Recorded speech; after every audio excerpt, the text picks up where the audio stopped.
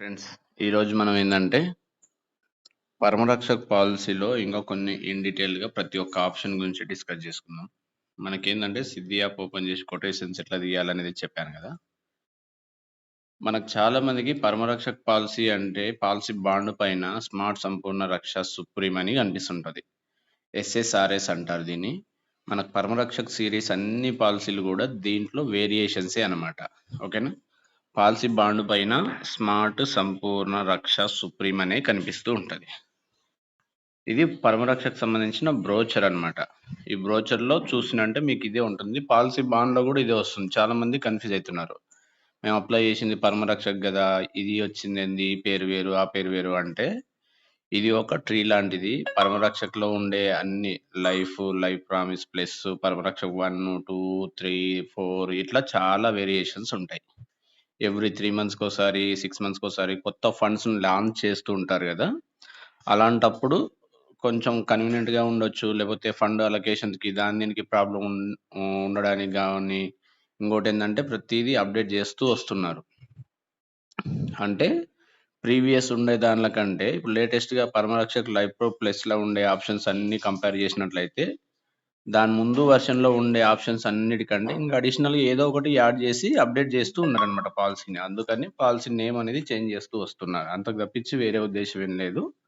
ప్రతి policy డాక్యుమెంట్‌లో smart సంపూర్ణ రక్ష supreme అని కనిపిస్తూ ఉంటుంది మీకు. దీన్ని బేస్ చేసుకొని మీరు కస్టమర్లతోనే ఇబ్బంది పడకుండా చెప్పాలని ఇదొకటి చూస్తున్నాను. దీంట్లో మనకి దీని గురించి అయితే ప్రాపర్‌గా చూడండి. ఎందుకంటే చాలా మందికి పాలసీలు చెప్తూ ఉన్నారు. కస్టమరు పరమరక్షకుల వితౌట్ రైడర్స్ కావాలి అంటే, మన దగ్గర ఏం లేదని జెప్పేసి సైలెంట్ అయిపోతూ ఉన్నారు. అందుకని మన దగ్గర పరమరక్షకులో ఇన్ని వేరియంట్స్ ఉన్నాయి. ఈ వేరియంట్స్ అన్నీ చూసుకున్నట్లయితే కస్టమర్ ఏ విధంగా కావాలంటే ఆ విధంగా పరమరక్షక్ పాలసీని మనం గైడ్ చేయాల్సి వస్తుందన్నమాట. కొద్దిమంది రైడర్స్ కావాలంటారు, కొంతమంది రైడర్స్ వద్దంటారు, కొంతమంది 100 ఇయర్స్ వరకు కావాలంటారు, కొంతమంది 80 ఇయర్స్ వరకు కావాలంటారు. పీపీటీ, పీటీ ఇన్సూరెన్స్ కవరేజ్‌లు, riders, without riders, rider amount, return of premium options. ఇన్ని గానం ఇంటర్నల్‌గా ప్రతి ఒక్క దానికి వేరియేషన్స్ ఉంటాయన్నమాట.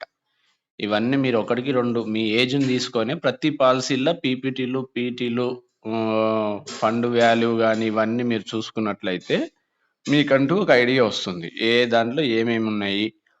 అసలు మిగతా దాంట్లకి దీంట్లకి డిఫరెన్స్ ఏంది? ఈ కింద చూస్తున్నారు గదా! పరమరక్షక్ లైఫ్ మాక్సిమం ప్లస్.